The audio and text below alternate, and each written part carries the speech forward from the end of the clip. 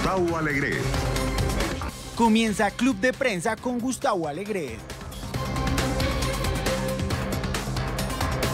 Bienvenidos a Club de Prensa, el espacio de análisis de NTN24 después del repaso de la información para fijarnos en las opiniones y buscar las claves con quienes nos acompañan hoy en esta mesa de trabajo. Les presento a Miguel Vivanco, es periodista peruano, trabaja como corresponsal en Washington de El Comercio de Perú. Miguel, ¿cómo estás? Muy buenos días. Buenos días, un placer. Gracias por estar con nosotros. Y con Antonio de la Cruz, es venezolano, es analista político, es director de Inter-American Trends y columnista en diversos medios de comunicación, entre ellos El Nacional. Antonio, ¿cómo estás? Muy buenos días. Muy bien, gracias, Gustavo. Acabas de publicar una columna de opinión en El Nacional, hablaremos enseguida de ella, pero diversas cuestiones de esta mañana de la información nos llaman antes la atención. La primera, la revelación del contenido de una conversación que se remonta al pasado mes de marzo, cuando el presidente, con asesores, según revela el diario The New York Times, sugirió, para detener a los migrantes que buscan llegar a la frontera sur y cruzar esa frontera para entrar en Estados Unidos, dispararles. Enseguida su equipo de asesores, según explica el New York Times, le explicó que eso no era legal y otras ideas aparecieron, entre ellas la de un foso con caimanes o serpientes para que detuvieran a esos migrantes y les hicieran desistir de entrar en Estados Unidos. Ideas, Miguel, rocambolescas. Yo creo que es parte del pensamiento extraviado del presidente Donald Trump. No nos sorprende porque estas medidas han sido sugeridas también a otros gobiernos, llámese México. Hemos visto hace 2 meses cuando un grupo de migrantes quiso cruzar que se hicieron hasta disparos. Entonces esto a mí no me sorprende. Lo que sí preocupa es que en algún momento se vaya a pasar esa línea de lo racional y estemos enfrentando una situación que escape de todo criterio de respeto a los derechos humanos. Pero del presidente Trump no me sorprende nada. Fíjate, Gustavo, tenemos que ver esto también dentro del contexto que está viviendo hoy el presidente Trump, del posible impeachment, ¿verdad? Entonces, en ese sentido, están saliendo una serie de investigaciones, y esta fue en marzo. Entonces, vemos cómo empiezan a salir una serie de eventos que él ha cometido, mostrando que es un hombre que realmente no tiene las capacidades para dirigir el poder ejecutivo. Entonces, yo estoy de acuerdo, Miguel, en que esto no nos sorprende, pero llama la atención que un presidente pida a su seguridad o a la Guardia Nacional que dispare a inmigrantes que vienen indefensos en las piernas. Parece que se le va en su pensamiento su creatividad en términos de rechazar la inmigración de Sudamérica y de Centroamérica. Lo interesante del caso es que quien formaba parte de esa reunión, según informa el New York Times, son altos funcionarios de la administración. En aquel momento, la secretaria de Seguridad Nacional, el secretario de Estado, el asesor para cuestiones de inmigración. Y ya no es la primera vez que escuchamos comentarios de este tenor, de este nivel, por parte del presidente en reuniones privadas. Recordamos cuando se refirió a determinados países, entre ellos los de Centroamérica, como con unas palabras despectivas de tinte racista. Bueno, y esto va a seguir porque también, aparte de la problemática que experimenta el presidente, él ya inició su campaña de reelección y el único punto donde yo veo que él puede avanzar en su retórica antiinmigrante y que le da dividendos electorales es con los hispanos. Ahora, yo creo que no solamente debe quedar esto en la denuncia, estoy convencido que muchas de esas ideas extravagantes o ya en la raya de lo legal ya se están implementando y que no las conocemos. Por poner un ejemplo, esto de la carga pública, son cosas cosméticas, pero creo que en el fondo hay algo que en la frontera está ocurriendo y que ya ha venido siendo denunciado y que no se le ha dado el peso debido. Por ejemplo, el hecho de la separación de los niños. La separación de los niños, el pretender que se queden de manera ilimitadamente detenidos, eso de buscar un tercer país, son situaciones que sí están violando las propias leyes norteamericanas. Claro, lo interesante de esto, Antonio, y me gustaría que abordásemos en esta cuestión, es que se conoce ahora, aunque la reunión fue en el mes de marzo. En marzo no estábamos en este clima tan acentuado como estamos ahora de precampaña, en el que ya nos encontramos inmersos, pero se conoce ahora. ¿Tú crees que esto le beneficia? ¿Gusta tanto a su base que el presidente sabe que con estas filtraciones, a pesar de generar un enojo generalizado en gran parte de la sociedad estadounidense, a la base de votantes que le llevó a la presidencia, eso le reafirma en su convicción de que quieren un segundo mandato del presidente Trump? El presidente Trump tiene una base dura en ese sentido de un 33%, 34%. O sea, si vemos si esa es la base de él, que realmente él apunta cuando hace este tipo de anuncio, ¿verdad? O salen esto, ¿sí? Él busca reafirmar esa base, consolidarla. Y estábamos hablando en marzo, cuando el tema de la inmigración era un tema que él la estaba usando ya para su pre-campaña. Resulta, pero que también tenemos que ver que esto lo publica The New York Times, que no tiene una visión favorable hacia el presidente Trump.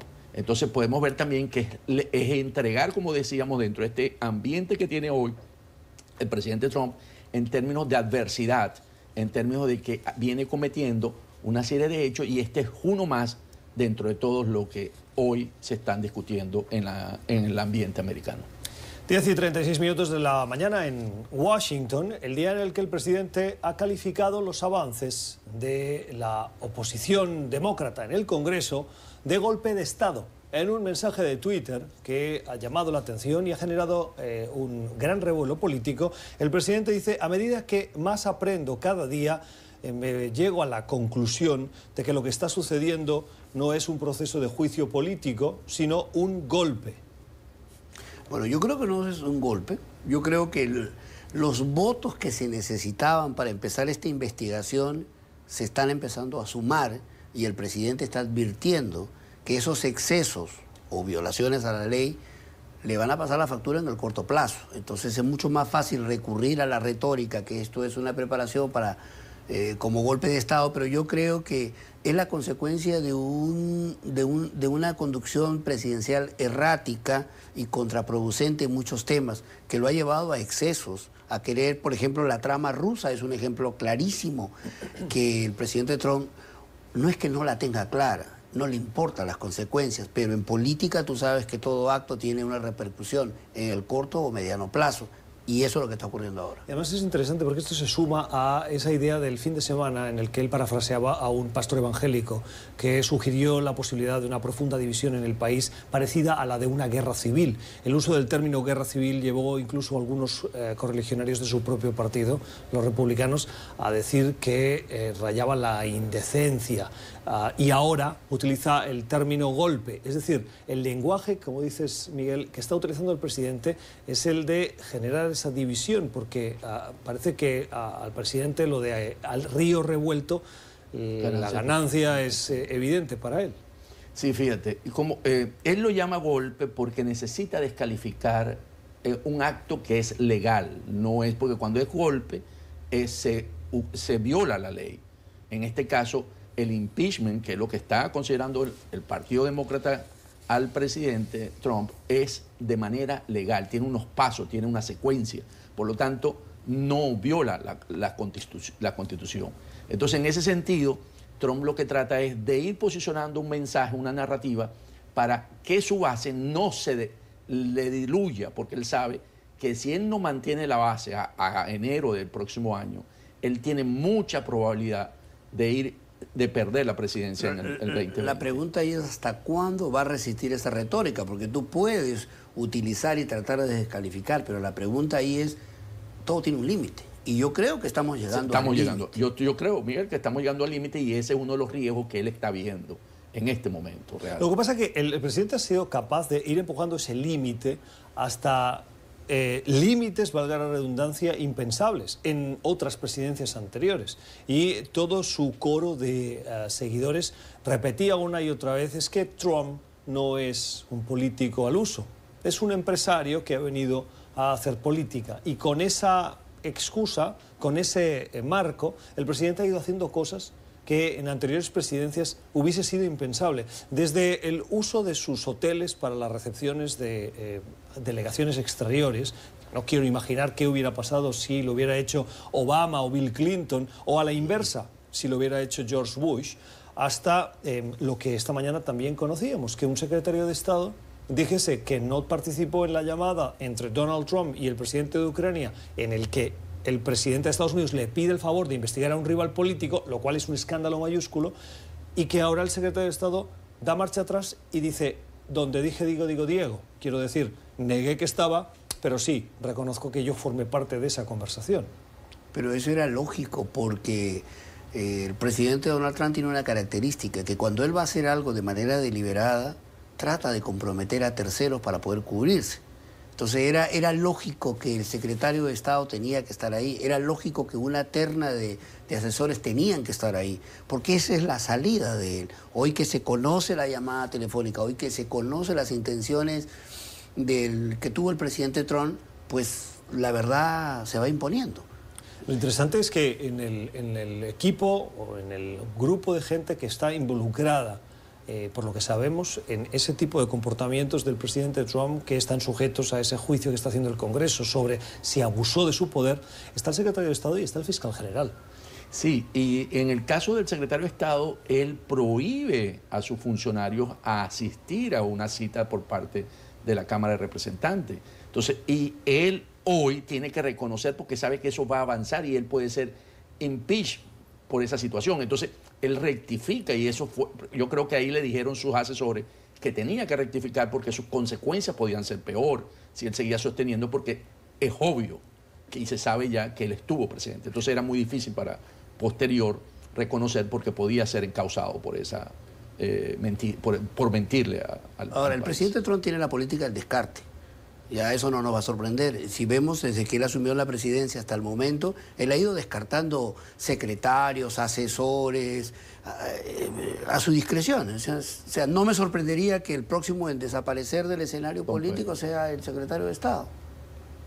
Interesante esto que explicaba Antonio, porque la Cámara de Representantes ha citado a al menos 5 funcionarios que tienen que comparecer a partir de hoy. Son funcionarios del Departamento de Estado que hacen una política no partidista, en principio. Trabajan para la administración, pero pensando en el país. Y cambian los gobiernos, pero se mantienen estos funcionarios. Y lo que quiere la Cámara de Representantes es interrogarles para conocer más detalles sobre ese comportamiento del presidente en la llamada con Ucrania y en una presunta llamada con el primer ministro de Australia, y el secretario de Estado ha salido diciendo que no va a permitir que se acose a funcionarios del Departamento de Estado en este circo que ha denominado de juicio político. ¿Hace bien el secretario de Estado en decir que protege a sus funcionarios negando que vayan al Congreso? Yo creo que se está disparando al pie, porque las reglas de juego en la política norteamericana exigen que ante una inquietud y una pregunta de la Cámara de Representantes, o ya sea del Senado o de la propia Casa Blanca, los funcionarios son públicos, lo acabas de decir tú, tienen que rendir cuentas. Que si bien es cierto de repente sea un funcionario de segundo o tercer nivel y que apele al máximo funcionario, pero no pueden negarse. Yo creo que esto va a traer consecuencias. Yo estoy viendo de que esta estrategia se va a acabar pronto, porque el Congreso va a empezar la investigación contra el presidente. Y ahí va a cambiar todo el escenario. Hay una cosa, Gustavo, el que no la debe, no la teme. O sea, si tú no tienes nada que esconder, ellos deberían ir. Y además, por ley tienen que ir. Es muy difícil para ellos. Claro, pero en este punto de la frase del que no la teme, no la debe, si el contrario te está haciendo una campaña de desprestigio, utilizando, demos por buena la teoría de los republicanos y del presidente Trump, de que los demócratas están utilizando todos esos caminos legales para abrir esa investigación con el objetivo de crear ese estado de conciencia para desacreditar al presidente como parte de su campaña electoral. Entonces, tú, aunque no la debas, no quieres prestarte a esa campaña. Lo que pasa es que en democracia tú tienes que adaptarte al juego democrático. Si a ti, en este momento, porque la Cámara de Representantes tiene mayoría, los demócratas, y ellos están tratando de llevarte y arrinconarte, a llevarte a que tú demuestres y demostrar que has cometido una felonía, tú tienes que aceptarlo, porque de otra manera tú no puedes negarte a ese juego de la democracia. De otra manera cuesta mucho. Si es cuando a mí me conviene y cuando tú crees, a mí me parece que no estamos entonces en una democracia como es Estados Unidos. Yo pienso de que no solamente es el juego, es el esquema político. Por más habilidad que tengan los republicanos, o en este caso los asesores de la Casa Blanca, todo tiene un límite. Y no creo que ellos puedan esquivar a una demanda, a un pedido de la Cámara de Representantes. Esta investigación va a seguir, esto no se va a detener. ¿Qué más puede hacer el presidente en ese límite que ha ido ampliando cada vez más y que nos ha ido sorprendiendo? ¿Hasta dónde creen que puede llegar? Personalmente, cuando él ya no tenga más elementos de descarte a su costado, cuando él ya no tenga a quién echarle la culpa o a quién a transferir las responsabilidades, en ese momento él va a tener que enfrentar este tema. Ahí se le acaba el límite. Y mira, se fue el secretario de Justicia, se fue el anterior, casi todo el principal staff del Departamento de Estado se fue. Cuando él llegó, paulatinamente se han ido hasta su jefe de prensa. Eso te indica que no escucha a nadie. Los de seguridad también se fueron, claro, asesores de seguridad. Entonces yo creo que cuando llegue eso, que está en el corto plazo, él va a tener que enfrentar y buscará a Giuliani o otra gente que lo asesore, pero ya para defenderse, no para negar ni utilizar cualquier estrategia para dilatar o diluir las acusaciones. El fin de semana escuché que Steve Bannon estaban pensando volverlo a traer para precisamente... Steve Bannon, sí. El que fue el estratega de la campaña del 2016. Para traerlo otra vez ante esta crisis, porque en ese sentido parece que es muy bueno para poder salir de estos casos de crisis. ¿Tú crees que regresan? Habría que ver, ¿no? ¿En qué condiciones regresaría? Recuerda que no salió muy bien también con el presidente. No solo no salió muy bien, sino que criticó cuando salió al presidente Trump. Claro. Entonces, y le dejó por el suelo, vaya. Claro, a menos que trabaje en la sombra. Eso sí podría ser, ¿no? Habría que ver, pero yo creo que esto está cerca. Sí, yo también, yo coincido. Se le está acabando el límite. Cada vez que nos acerquemos más al 2020. Y quedan unos cuantos meses, no va a ser una campaña o precampaña electoral fácil en Estados Unidos. Estamos en Club de Prensa hoy con las opiniones de Miguel Vivanco y de Antonio de la Cruz conversando sobre la actualidad, una actualidad que, como han visto, nos trae titulares de última hora de esta mañana. Vamos a ir a la primera pausa. Al volver nos aprovecharemos de que Miguel es peruano para adentrarnos en los vericuetos de una crisis constitucional, institucional, dicen la crisis más importante de las últimas décadas en el Perú. Conoceremos su punto de vista y abordaremos la última actualidad. Ya regresamos. Seguimos en Club de Prensa, el espacio de análisis hoy con Miguel Vivanco, corresponsal en Washington del diario El Comercio, y con Antonio de la Cruz, analista político y columnista en diversos medios de comunicación, entre ellos El Nacional de Venezuela. Y nos fijamos en Perú, una crisis que ha llevado a la división dentro del Congreso y también entre instituciones y que tiene, parece, difícil resolución. Miguel, esta mañana escuchábamos los detalles o el análisis que se está haciendo de la carta de renuncia de Mercedes Aroz, una vicepresidenta con Martín Vizcarra que juramentó el cargo de presidenta de acuerdo a lo que le pidió a un grupo rebelde de congresistas que no aceptaron la decisión de Vizcarra de suspender las Cortes, y esa suspensión de Cortes fue calificada de inconstitucional y abuso de poder por parte del presidente. Hay división también dentro del ejército, que parece que es un elemento clave en toda esta jugada en el que no nos estamos fijando del todo. Hemos visto solo un comunicado dando apoyo a Vizcarra, pero circula otro documento que está firmado con seudónimos que hace referencia a que cargos medios dentro del ejército podrían estar en desacuerdo con lo que opinan sus superiores. Y todo esto con la comunidad internacional atónita y llamados a el apego a la Constitución y a la vuelta a la normalidad. ¿Qué está pasando en Perú? A ver, yo creo que para entender esta situación, creo que hay que remontarse obligatoriamente a la historia. Hoy es un tema político, es una crisis política, pero no es tanto como lo quieren presentar un tema de carácter constitucional o democrático. El tema está que en el Perú, y esto por qué decía la historia, en el Perú no hay partidos políticos sólidos, son movimientos que han llegado al Parlamento.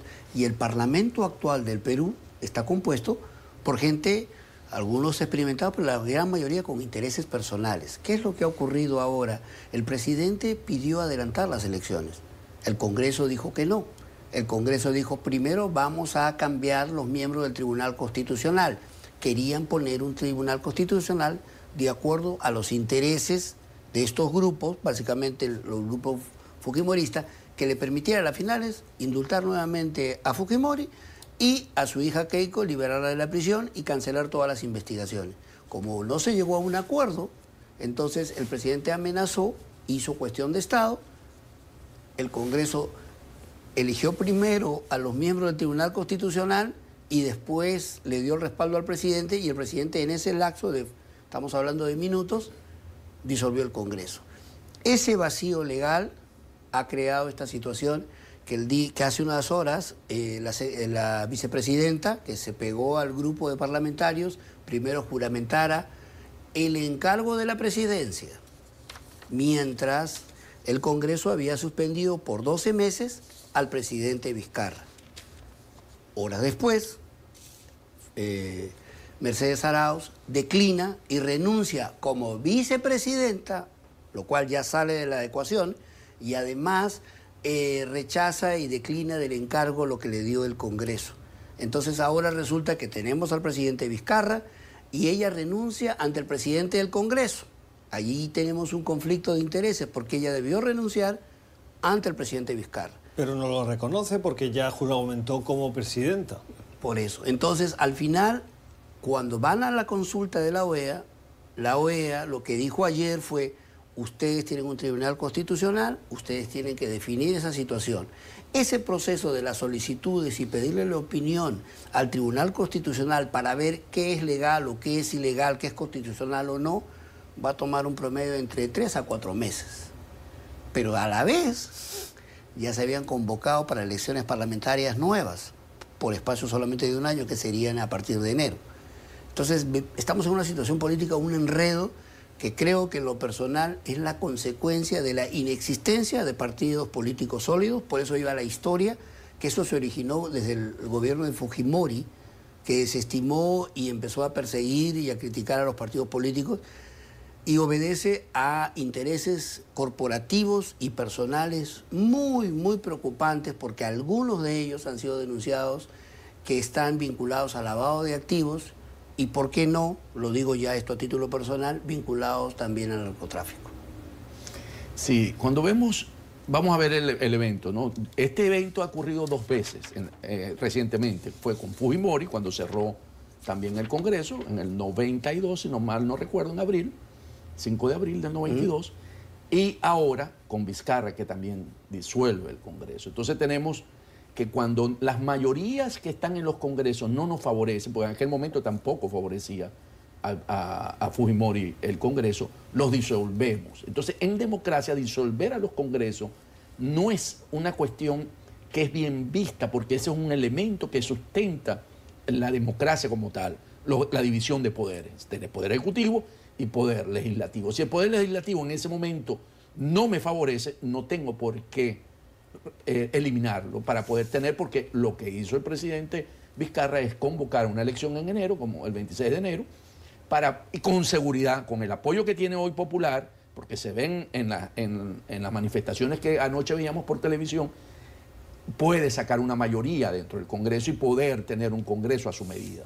En ese sentido, deja muchos cuestionamientos, sobre todo de Perú, que ha venido siendo una referencia en crecimiento económico en la región y en donde ha habido expresidentes que han sido encausados por corrupción. Tenemos el caso de Pablo Kuczynski, Ollanta Humala, Alan García se mató por el caso de corrupción de hecho, todos están Alejandro de Toledo. otra manera. Entonces, la corrupción venía siendo cuestionada y viene siendo enjuiciada. O sea que eso es un elemento importante que le aporta el Perú en su proceso de democracia y de consolidación como tal. Miguel, 2 preguntas. Una, hablabas antes de narcotráfico. Respecto al presidente del Perú, ¿hay acusaciones o sospechas de corrupción o de vinculación por intereses que él esté protegiendo? Tal vez no implicado directamente, pero que esté protegiendo esas referencias de narcotráfico que tú decías. No, de lo del narcotráfico lo aclaro. El presidente Vizcarra lo que enfrenta ahora son acusaciones de haber hecho contratos con la firma Odebrecht. Entonces, ahí lo la acusa. Misma acusación que se llevó por delante a Pedro Pablo Kuczynski. Claro, pero eso él ha dicho que lo defenderá, que hagan las acusaciones, pero él tiene la inmunidad, pero ese es un tema. Cuando yo me refiero al narcotráfico, me refiero que hay algo que... Sí, pero hay algo que tener en cuenta, Gustavo. el Perú es el segundo productor de cocaína en el mundo. Y tú sabes que esa estructura es... ¿Por delante de Bolivia? Yo te diría que según Naciones Unidas estamos en el segundo lugar. Bueno, está bastante arriba. Colombia y Bolivia. Sí. Pero de todas maneras, si vemos eso, la estructura económica de poder está en todas partes. En el gobierno de Humala hubieron congresistas que denunciaron que había en ese Congreso había narcocongresistas. Una investigación que quedó trunca. O sea, estas voces que van advirtiendo sobre cómo se han ido posicionando candidatos que no tienen el menor pergamino y que han llegado al Congreso porque las campañas fueron subvencionadas de alguna manera, directa o indirecta, procedente de lavado de activos del narcotráfico, no es nuevo. Entonces, ¿qué ocurre? Nos ponemos a pensar, tú tocabas un tema que me parece interesante también, que el Perú económicamente ha progresado. Entonces, ¿cómo entendemos que el Congreso tenga casi un 40% de congresistas que mintieron, que tienen juicios, que sus activos no están muy claros y han llegado al Congreso? Y eso fue invitación directa de Keiko Fujimori. Entonces, muchos aseguran que este movimiento y esta crisis política a la que hemos llegado ha sido por los intereses partidarios, corporativos y muy personales que de una u otra manera podrían recaer en el narcotráfico. Y aquí termino. El secretario general del partido de Fuerza Popular, de Keiko Fujimori, tiene acusación pendiente de lavado de activos por el narcotráfico, que todavía no se ha juzgado, que eso se está viendo, pero eso te indica a río revuelto, cuando el río suena, piedras trae. Entonces, yo no lo veo tan casual este accidente. Esta confusión la veo que hay muchas fuerzas detrás de esta crisis que es preocupante. ¿A quién benefician unas elecciones? Bueno, si no hay reelección, porque eso fue una de las cosas que se aprobó en el último referéndum, si no hay reelección de parlamentarios, es muy posible que casi el 60 o 70% del nuevo parlamento sea gente nueva, sin experiencia. Y ojo, es gente nueva que va a llegar a aprender. Y muchas veces en esa inocencia, entre comillas, se pueden cometer excesos. O sea, ¿quién se beneficia? Se beneficia a alguien que debe tener un plan preparado y trabajado, porque no hay partidos políticos. Entonces, ¿cómo llenas tú no solamente el Parlamento, cómo llenas los cuadros políticos que se vienen, desde representaciones e instituciones internacionales? Es complicado y yo creo que esto es adrede.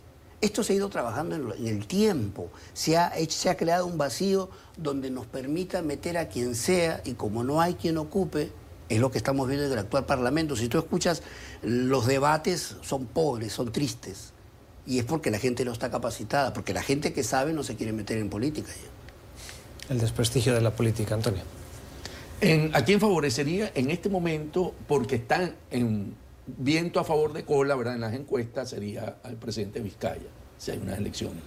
Porque es el que hoy tiene la mejor posicionamiento, tiene el respaldo. Lo otro que llama la atención, de que en vez de tener el respaldo de la Constitución él tiene el respaldo de las Fuerzas Armadas y de la policía.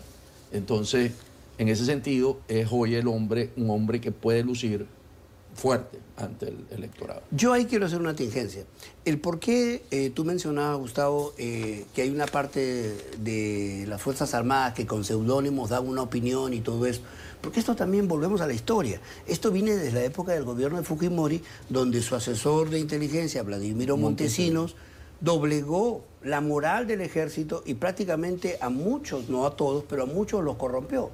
Entonces, hay un sector que ha crecido en el ejército y en las diferentes fuerzas armadas, ha crecido con esa idea, quítate tú para ponerme yo. ¿Qué me pongo yo? Equivocadamente, y entonces en una situación como esta dicen, bueno, sí, yo no estoy de acuerdo, a ver qué gano.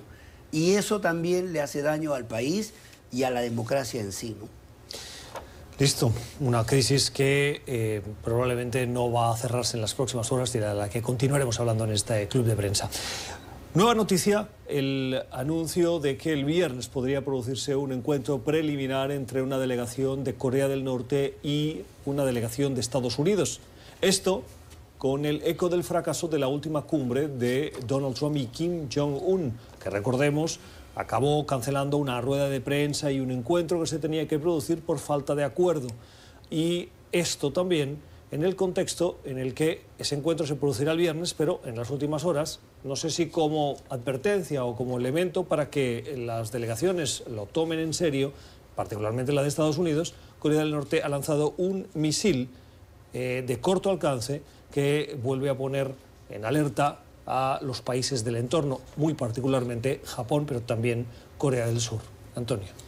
Yo ahí haría la reflexión sobre lo que comunicó el lunes en el CSIS, en el centro, ¿verdad?, aquí en el think tank de Estados Unidos, en Washington, de John Bolton. John Bolton dice, básicamente, de que Kim Jong-un no tiene el apetito ni el interés de cancelar su programa nuclear, ¿ok? Él no tiene, él dice, lo ha demostrado, viola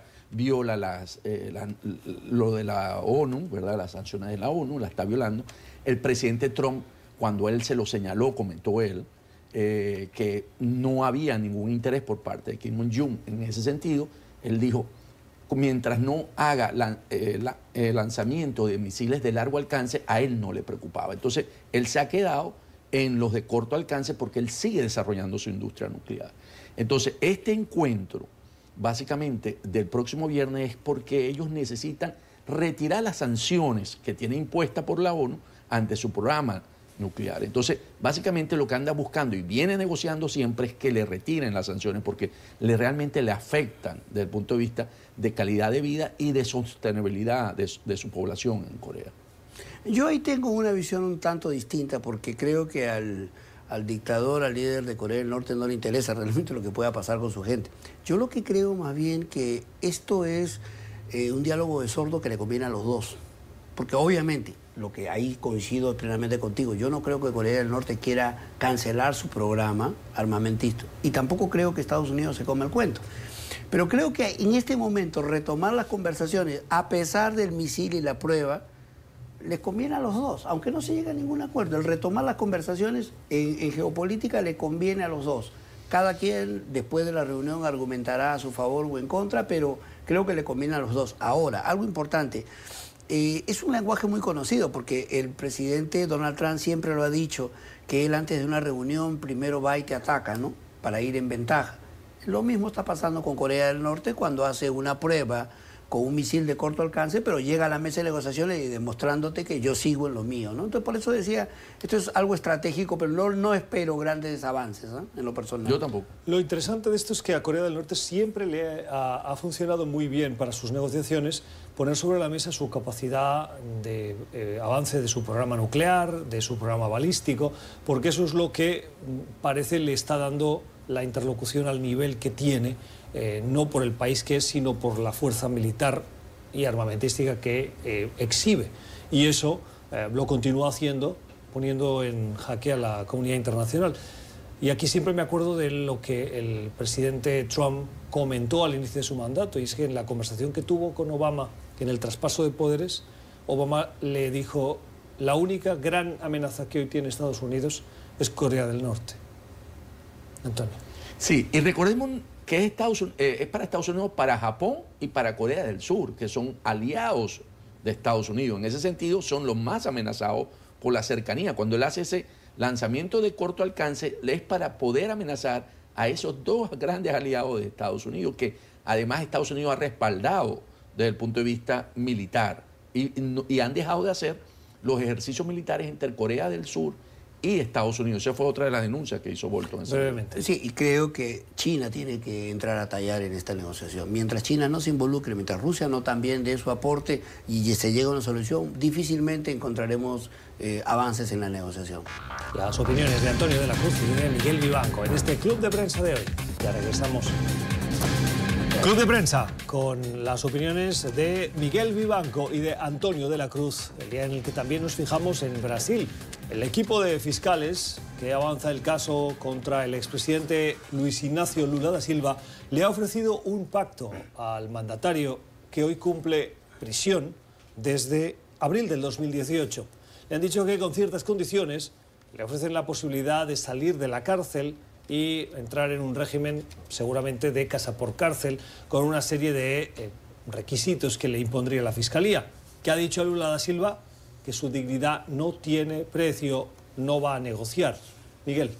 Bueno, la respuesta del expresidente Lula tiene sentido si lo vemos desde el punto de vista de las condiciones que se le están poniendo. Las condiciones no solamente son carcelarias, las condiciones son de cooperación. Y aceptar de cooperación en información de toda esta trama de Odebrecht.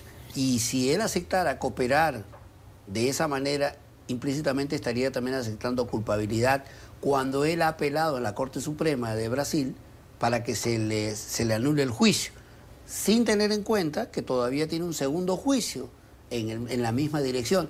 Entonces yo creo que es un acto político, una respuesta muy estratégica del presidente Lula, porque mientras espera el fallo de la Corte Suprema, él puede quedar inmune. Si él acepta la salida condicional, él va a tener que colaborar con la justicia. Y no nos olvidemos que esta semana los principales ejecutivos de Odebrecht están rindiendo testimonios ante las autoridades peruanas sobre corrupción y sobre funcionarios que el gobierno de Brasil también colaboraron para que Odebrecht tenga facilidades y pueda invertir en el Perú. Entonces hay una trama por desarrollar que estratégicamente al presidente Lula no le interesa ni le conviene intervenir. Aquí aplicaríamos aquella frase que has dicho antes, ¿no? De que quien nada debe, nada teme. Y si Lula no quiere negociar, ¿será que teme algo? No, básicamente lo que no quiere es que él sabe que él está esperando la resolución del Tribunal Superior, porque él lo que quiere tener es la capacidad de poder ser candidato a una elección en Brasil. Que ganaría, según las encuestas. Si él es condenado, o sea, él acepta la condena firmemente al aceptar la libertad condicional, él pierde esa condición, porque un reo no pierde la condición de libertad de poder ser en las constituciones candidato a la presidencia. Entonces es lo que está jugando políticamente para salvar y poder ser candidato en una próxima elección en Brasil. Es uno de los últimos tigres de la política latinoamericana que está en vigencia, porque ya han ido desapareciendo. Alan García se suicidó y no de gratis. Define tigre. Tigre significa para mí, en el lenguaje del tigre político, aquel que sabe el manejo, mide los tiempos, calcula ventajas y desventajas, quien puede dirigir a un grupo, aunque él no esté presente, para ganar réditos políticos, ya sea a nivel partidario o a nivel nacional. Entonces, de esos quedan muy pocos en Latinoamérica. Sí, cierto. Entonces, creo que esta es una de las tantas jugadas como un ajedrez dentro de la política latinoamericana. Lo que sí es un ajedrez, por llamarle de alguna manera, es Venezuela. Está complicada la cosa. Enfrenta este último año con más incertidumbres seguramente de las que muchos esperaban. La cuestión se ha complicado y hoy, precisamente, Antonio, publicas un artículo en El Nacional con el título El dilema de Venezuela en este último trimestre de 2019. ¿Qué dilema tiene? Tiene el dilema entre si es Maduro o es Guaidó lo que al final van a quedar después del 2019. Recordemos que al inicio de este año se veía que Guaidó iba a ser el hombre que conduciría la transición en Venezuela para una elección presidencial y poder restaurar nuevamente la democracia en Venezuela. Eso lucía en el primer trimestre del 2019. Hoy, al final del último trimestre que estamos empezando ahorita en octubre, eso no parece en el horizonte tan claro. Podría ser o Maduro o podría ser Guaidó, dependiendo de cómo se muevan los grandes poderes como Rusia, Putin, y como el presidente Trump, que está hoy en una situación muy difícil por el impeachment. Entonces, el juego geopolítico hoy en Venezuela determinará si en el 2020 podríamos estar viendo a un Maduro que pueda seguir en el poder o un Guaidó que pueda seguir administrando lo que ha venido haciendo hasta ahora. Porque en enero, el 5 de enero del 2020, hay elección para el presidente de la Asamblea Nacional. Pero eso ya hay acuerdo público, ¿no? Los partidos minoritarios decidieron apostar por Juan Guaidó para la continuidad. Eso está cerrado. Eso es algo que yo te entrego, pero ese día es que votas, ese día hay que votar. ¿Quieres decir que puede haber maniobras anteriores como ocurre en todo, la elección en la OEA? Yo te entrego la carta firmada y puede ser que no salga secretario general de la OEA. Eso ha pasado, ¿verdad? Igual puede ocurrir aquí. Por eso es el retorno del PSUV a la Asamblea Nacional, porque ellos van a hacer una contrabalanza, ellos tienen 45 votos y necesitan unos 29, 30 votos volteados para poder tener un nuevo candidato. Y si tú logras remover a Guaidó de la presidencia de la Asamblea Nacional, tú vas a tener un problema político ahí en ese sentido, porque es la única institución que tú reconoces en Venezuela como legítima. Entonces, por eso te digo, estamos en un gran dilema porque no se logró al final, en lo que ha transcurrido en estos 9 meses, arrinconar y lograr una hoja de ruta para salir de la crisis en Venezuela. Bueno, lo que acabas de decir es no solamente la realidad.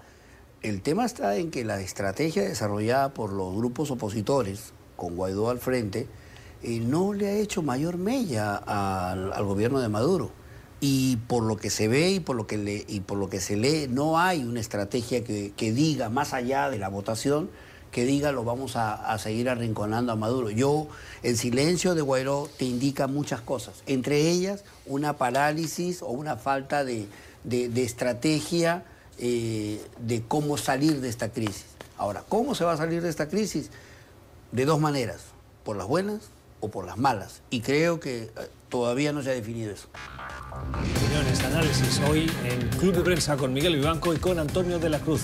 Pausa y regresamos.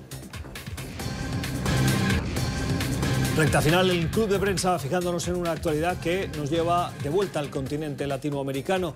El Ecuador ha decidido, el gobierno de Lenín Moreno, anunciar que se retira de la OPEP.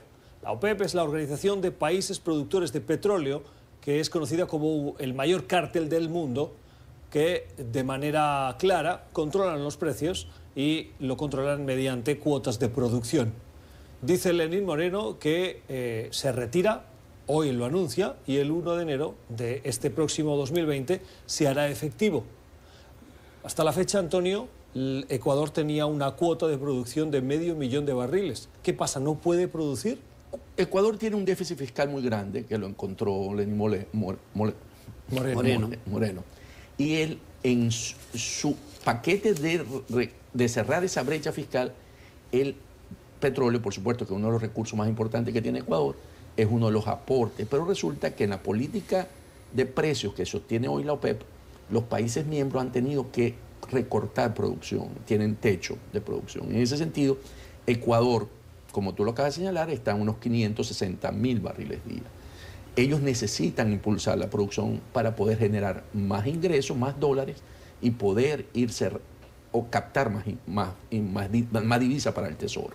En ese sentido, Ecuador encuentra una camisa de fuerza y por eso decide salirse. No es la primera vez que lo hace, ya en el pasado había hecho, y con el presidente Correa, él había reingresado a la OPEP porque Hugo Chávez le había pedido que entrara nuevamente porque los únicos 2 países latinoamericanos en la OPEP eran hasta ahora, en enero, o son Ecuador y Venezuela.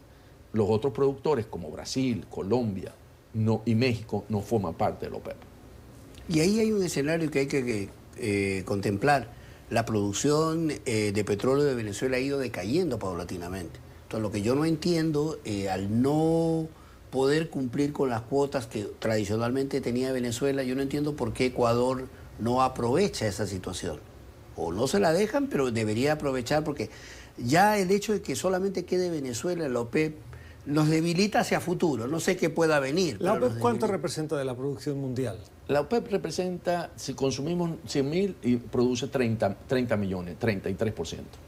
Interesante aprender de nuestros invitados. Esto ha sido Club de Prensa. Las opiniones, el análisis, los puntos de vista de quienes nos acompañan en esta mesa de trabajo. Hoy con Antonio de la Cruz, que es director ejecutivo de Inter-American Trends, es analista político y columnista en diversos medios de comunicación, entre ellos el Nacional de Venezuela, y con Miguel Vivanco, periodista peruano en Washington, corresponsal para el diario El Comercio.